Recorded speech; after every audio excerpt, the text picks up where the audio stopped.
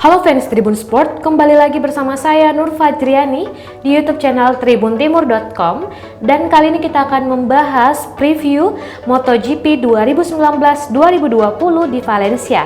Untuk lebih jelasnya Anda bisa menyaksikan preview berikut ini.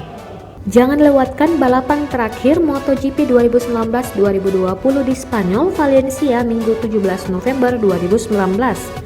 Seri MotoGP musim 2019-2020 di sirkuit Ricardo Tormo menjadi lokasi balapan terakhir tahun ini.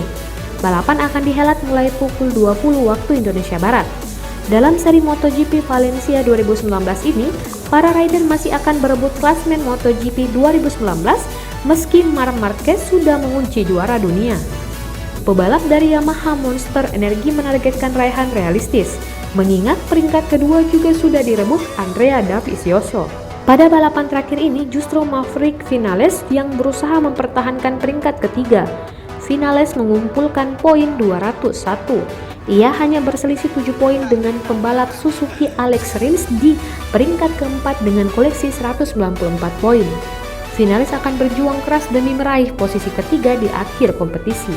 Terkait performa terakhirnya yang ditunjukkan saat di Sepang, Vinales memuji kinerja timnya.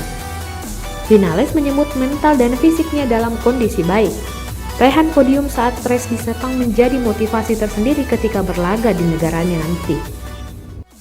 Nah guys, itu tadi dia preview MotoGP 2019-2020 di Valencia.